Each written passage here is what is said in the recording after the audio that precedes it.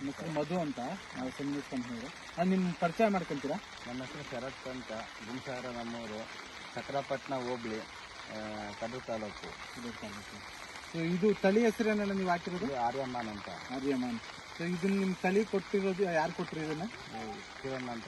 Kiran ದನಕ nursery ನಿಡಘಟ್ಟದವರು. So ಈ ತಳಿ ಕೊಟ್ರಲ್ಲ, ಮುಂಚೆನೂ ನೀವು ಸುಮಾರು ವರ್ಷದಿಂದ ಟೊಮೊಟೊ ಬೆಳಿತೀವಿ. ಎಷ್ಟು ವರ್ಷದಿಂದ ಟೊಮೊಟೊ ಬೆಳಿತಿದ್ರು? ನಾವು ಸುಮಾರು 8-10 ವರ್ಷದಿಂದ ಬೆಳಿತೀವಿ. 8-10 ವರ್ಷದಿಂದ ಬೆಳಿತಿದ್ರ.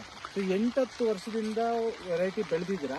ಸೊ ಆ 8-10 ವರ್ಷದಿಂದ ಬೆಳೆದಿರೋ ತಳಿಗಳಿಗೂ ಈ ತಳಿಗೂ ನಿಮ್ಗೆ ಏನು ಡಿಫ್ರೆನ್ಸ್ ಅನಿಸ್ತಾ ಇದೆ? ಅಂದರೆ ಇದು ಫಸ್ಲು ಚೆನ್ನಾಗಿ ಬರುತ್ತೆ, ಆಮೇಲೆ ಅಂಗಮಾರಿ ಬರೋದಿಲ್ಲ, ಕಾಯಿ ಬೀರಿ ಬರೋದಿಲ್ಲ, ಮಳೆಗಾಲ ಬರುತ್ತಿದೆ.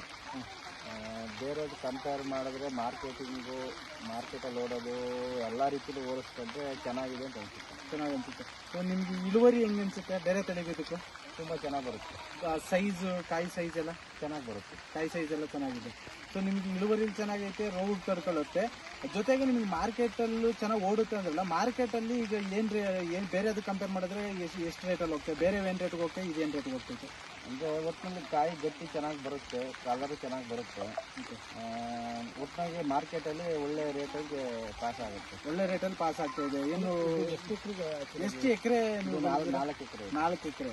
ಈಗ ಎಷ್ಟು ಇದು ಮತ್ತೆ ಎಷ್ಟನೇ ದಿನಕ್ಕೆ ಕಾಯ್ತಿದ್ವಿ? ಎಷ್ಟು ದಿನಕ್ಕೆ? ಈಗ 3 ದಿನ ಟೋಟಲ್ ಹಾಕಿದ್ದಿಂದ ಲೆಕ್ಕ ಹಾಕೊಂಡ್ರೆ 45 ದಿನಕ್ಕೆ ಒಂದು 70ರಿಂದ 75 ಒಳಗಡೆ. 70-75 ದಿನದ ಒಳಗಡೆ ಕೂಗಿದ್ರಿ. ಸೊ ನಿಮ್ ಬೇರೆ ತಳಿಗಿಂತೂ ಬೇಗನೆ ಬರುತ್ತೆ ಅನ್ಸುತ್ತಾ?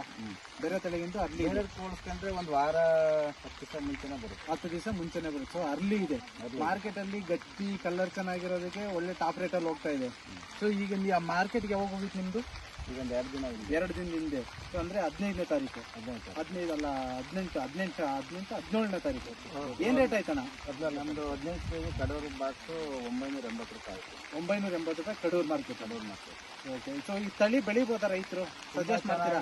ಯಾರು ಬೇಕಾದ್ರೂ ಬೆಳಿಬೋದು, ಚೆನ್ನಾಗಿದೆ. ಸೊ ಥ್ಯಾಂಕ್ಸ್ ಅಣ್ಣ.